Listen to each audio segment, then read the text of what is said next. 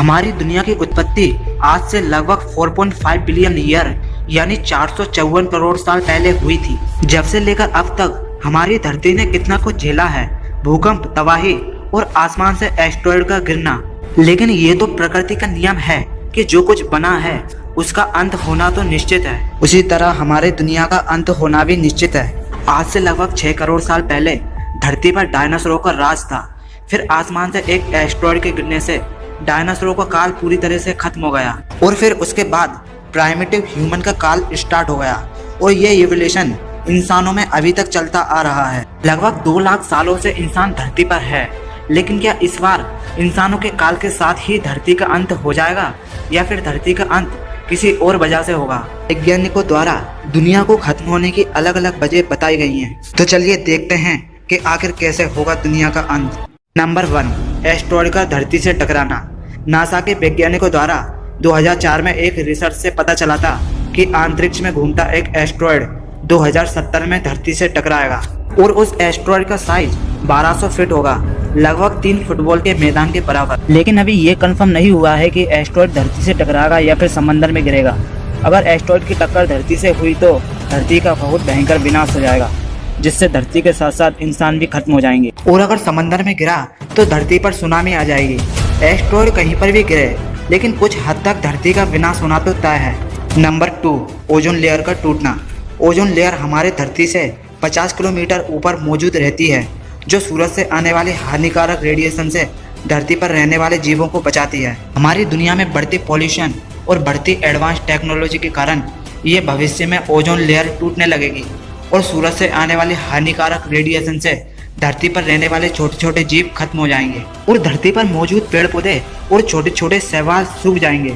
सूरज से आने वाली हानिकारक अल्ट्रावायलेट किरणों से इंसानों में त्वचा रोग और कैंसर का खतरा बढ़ जाएगा, जिससे इंसान धरती से धीरे धीरे खत्म होने लगेंगे और धरती का टेम्परेचर 80 डिग्री तक बढ़ जाएगा, जिससे नॉर्थ और साउथ में मौजूद बर्फ पिघलने लगेगी और वो बर्फ पिघलकर समुद्र में मिल जाएगी, जिससे धरती पर समुद्र का लेवल काफी बढ़ जाएगा और पूरी दुनिया पानी में डूब जाएगी। फिर एक दिन ऐसा आएगा कि धरती का टेम्परेचर इतना ज्यादा बढ़ जाएगा कि धरती पर मौजूद चारों तरफ पानी सूख जाएगा और धरती पूरी तरह से वीरान हो जाएगी, जिस पर जीवन का कोई भी अस्तित्व नहीं रहेगा। नंबर 3, दुनिया का सूरज में समा जाना।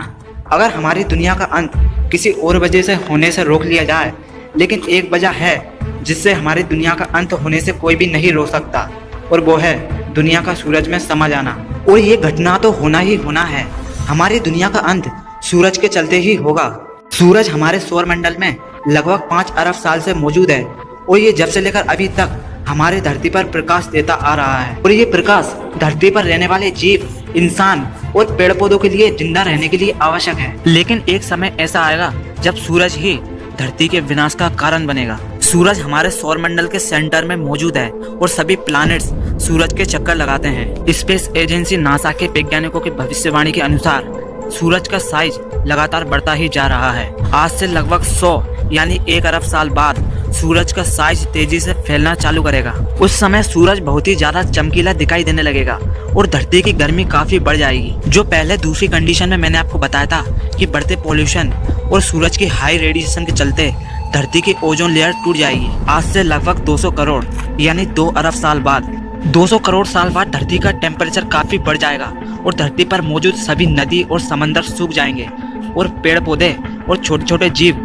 सभी खत्म हो जाएंगे और इंसान नाम का जीव सूरज की गर्मी के चलते डायनासोरों की तरह पूरी तरह से लुप्त हो जाएगा।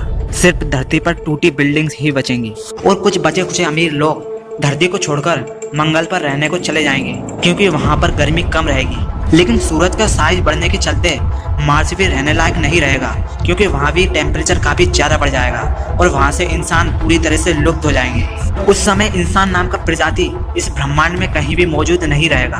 आज से लगभग 400 करोड़ यानी 4 अरब साल बाद हमारे मिल्की वे गैलेक्सी और एंड्रोमेडा गैलेक्सी दोनों आपस में जुड़ जाएंगे। उस समय वीरान और तपती धूप वाली धरती से ये नज़ारा कुछ इस तरह दिखाई देगा। लेकिन उस समय इस नज़ारे को देखने के लिए धरती पर कोई भी इंसान मौजूद नहीं रहेगा। फिर ये दोनों गैलेक्सियां आपस में कोलाइड करके एक सुपरनोवा गैलेक्सी बन जाएगी। आज से लगभग 500 करोड़ यानी 5 अरब साल बाद दोनों गैलेक्सियों के टक्कर के चलते हमारे सौरमंडल का सूरज आउट ऑफ फ्यूल होने लगेगा। आज हमारे 21वीं सदी में जो सूरज का साइज है आज से 5 अरब साल बाद वो सूरज का साइज बढ़कर लगभग 200 गुना हो जाएगा और फिर उस समय हमारी धरती से वो सूरज कुछ इस तरह का दिखाई देगा, लेकिन उसको देखने वाला कोई इंसान नहीं रहेगा और सौरमंडल के सूरज का साइज लगातार बढ़ता ही चला जाएगा।